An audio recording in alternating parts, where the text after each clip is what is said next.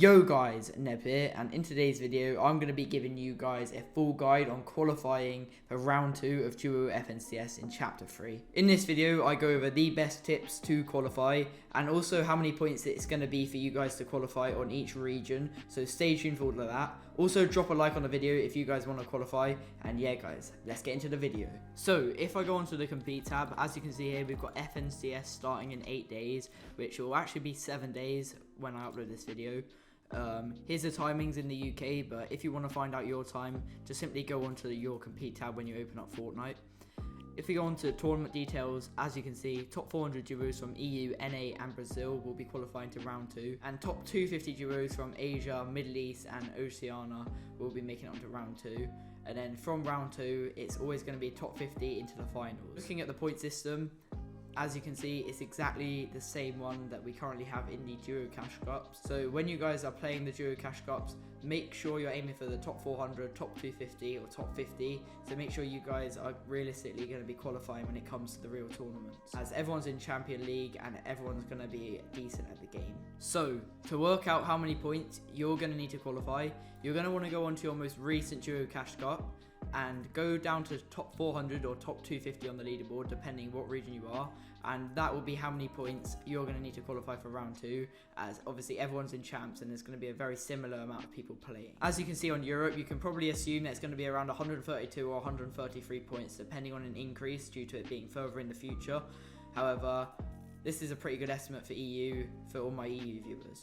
And on screen right now are all of the qualifying points for round 2 on every region. However, sadly, I'm not able to find the quali mark from round 2 to round 3, as there aren't currently any tournaments with 400 teams or 250 teams in them, so I wouldn't be able to give a fair estimate. So guys, now we've gone over the points you guys need to qualify and all of the details of the tournament, now let's get into some tips to help you guys qualify. First of all, because you guys aren't going to need to place top 50 to qualify like you do in the finals of the Cash Cup, you obviously don't need as many points, and that means you don't need to make big plays to qualify, especially at the end of the tournament. In Cash Cups, quite often you see people taking big risks, especially at the end of the tournament, such as playing for height, but now you only have to place top 400 or 250. You can now play for pure consistency and make safe plays which you know are going to work.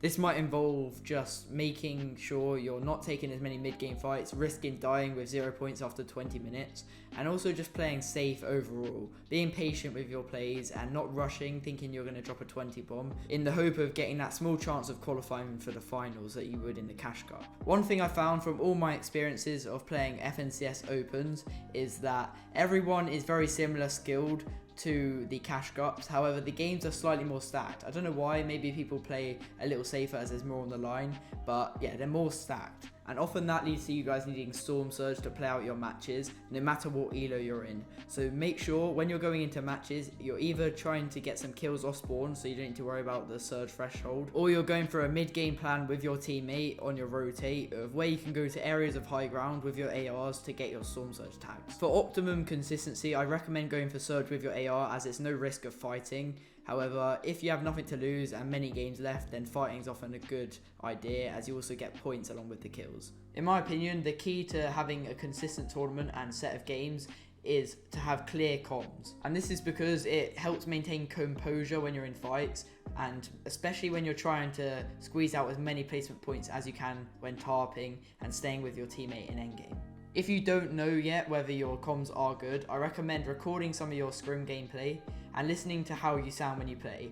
Are you talking clearly and quietly, or are you talking really loud and mumbled? After doing that and your answer is that it's mumbled, then the chances are your comms aren't very good, and the best way to practice it is just by talking quietly so your teammate has nothing to compete over, and talking slowly and clearly. My second best advice for you guys to play consistent in this tournament is, before it, make sure you play a couple of scrims or arena games, but play to your absolute best.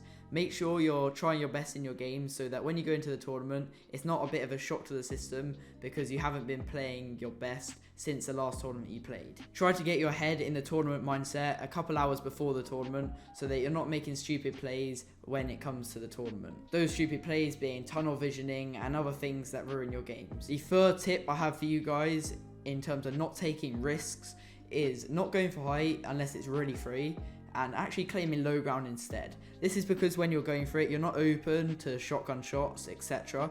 You can claim low ground, use your mats safely, and also you're protected from height by the mid-ground layer, and also it's a lot easier to get kills on the low ground because there's many scuff players. The last and final tip that I have for you guys that really worked for me is to have one person on your duo with visualized sound effects. This is because you can hear things that you would never normally be able to hear, and it basically just gives you a lot more awareness so you can plan your rotates without coming into as many collisions as you would without it.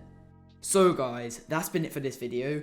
If you want me to make a video on how you guys can make heats as well and qualify through to the finals, then drop a like and drop a comment letting me know that. I reply to every comment on the channel as well, so why not drop some support. If you have enjoyed this video, then make sure to drop a sub. And yeah guys, thanks for watching the video.